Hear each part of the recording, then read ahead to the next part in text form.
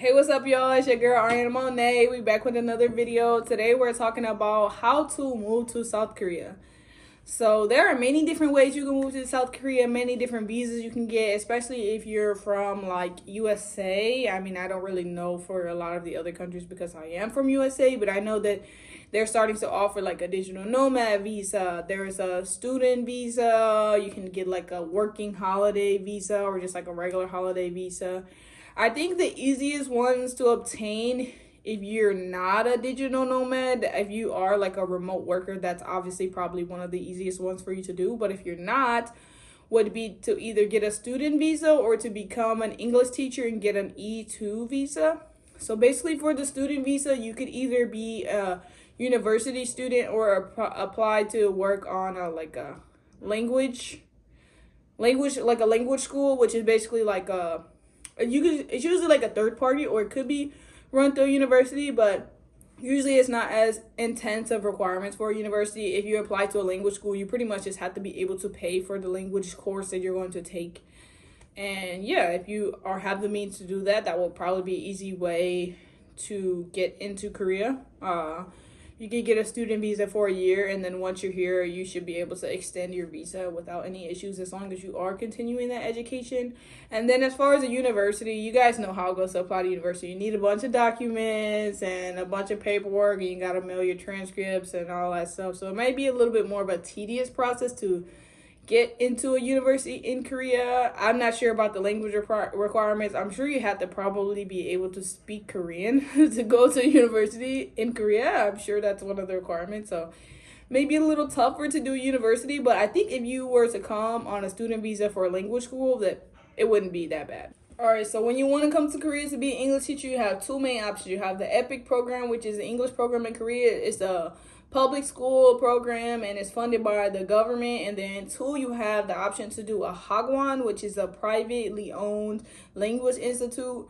I personally chose to do the Hagwon route just because EPIK is nice. They do require a few more documents, which to me was not a super big deal, but they do require a few more documents than a public school, so keep that in mind. I mean, then a privately owned hagwon, like you have to get like a letter of recommendation, I think two, and then you have to like write an essay, and then I think there was something else that you need that you don't need for hagwon. But anyways, also another reason I didn't choose to do EPIK is because you can put a preference on your location to be Seoul or like Daegu or wherever you want to be, but if you want to be in Seoul, just remember that 95% of the applicants also probably chose Seoul as their number one pick. So your chances of getting Seoul are very slim. And also you can be placed in rural Korea and in the middle of nowhere. That is a possibility. Versus for Hagwon, you get to choose your location exactly. If you want to be in Seoul, you're going to be in Seoul. How did I find a job at a Hagwon? So basically, I looked on this website. It's called Dave's ESL. And there's like so many jobs. There's a bunch of direct hire where you can apply directly to the school, or there's a recruiter. I would probably recommend getting a recruiter because with the recruiter, they'll like help you through the process and tell you all of the documents that you need and like how to get these documents. So let's say you need to have an apostilled bachelor's degree from your university. They'll show you exactly how to do that, and then they'll maybe give you a website that you can get your degree apostilled, or they'll tell you everything that you need. So you need a criminal background check. They'll give you a list of all the documents that you need and like when you need to get them by, pretty much.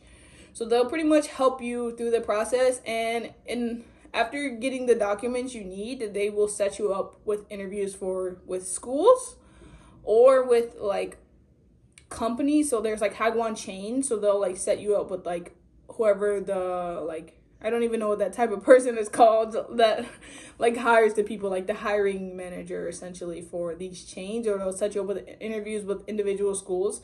So they pretty much will help you take care of everything up until like you're coming to Korea. Like they'll talk to the school for you. They're communicating with the school. They're giving you like your address of the school, telling you everything once you accepted the offer, or if you have an interview and it doesn't go well, they'll just find you another interview.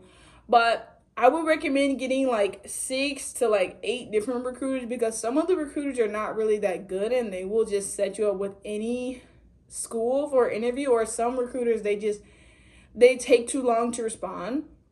and it just depends on like your time frame of how long you're looking into getting in there. But I mean, some are really good and some are really not that good, so I would recommend just having a few and just emailing them all, like introduction, and telling them you already have your degree and you would love to know what documents you need to proceed further. And just honestly, if you don't know what to say, you can just type in on ChatGPT, like, what should I say to an interviewer or a recruiter for teaching English in Korea, like to show that I'm interested.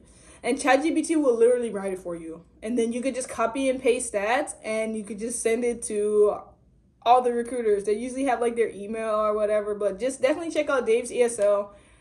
I think it's really good. That's where I found my recruiter. I literally had like 6 different recruiters because some of them were just not good and they were setting me up with like weird schools. And you can just interview people and you're like telling the vibe and you're like, nah, like I don't know, I don't think I want to work here. And it's just like yeah, find multiple recruiters.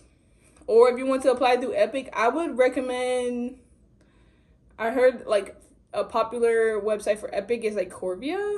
They're like really big. I think they're like the #1 recruiter for Epic.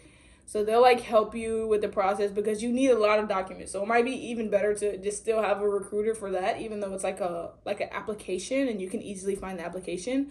There's a lot of documents that you need and you might want someone to help you in order to get those documents. Okay, so that's all for the video basically. But just keep in mind that you're not gonna move to Korea tomorrow. So I would just plan on a time frame that you want, maybe like 2-3 months, or you can honestly even do like 6 months for real if you want. But I wouldn't really do before 6 months because a lot of schools aren't hiring that far out, so it might be hard to like obtain a job that far. Like you might have to wait a little bit. But yeah, just be patient, talk to multiple different people. Yeah, and I hope that this video was able to help you a little bit. I kind of was just rambling, so I really hope somebody found it helpful. And yes, like, comment, subscribe. More videos coming soon.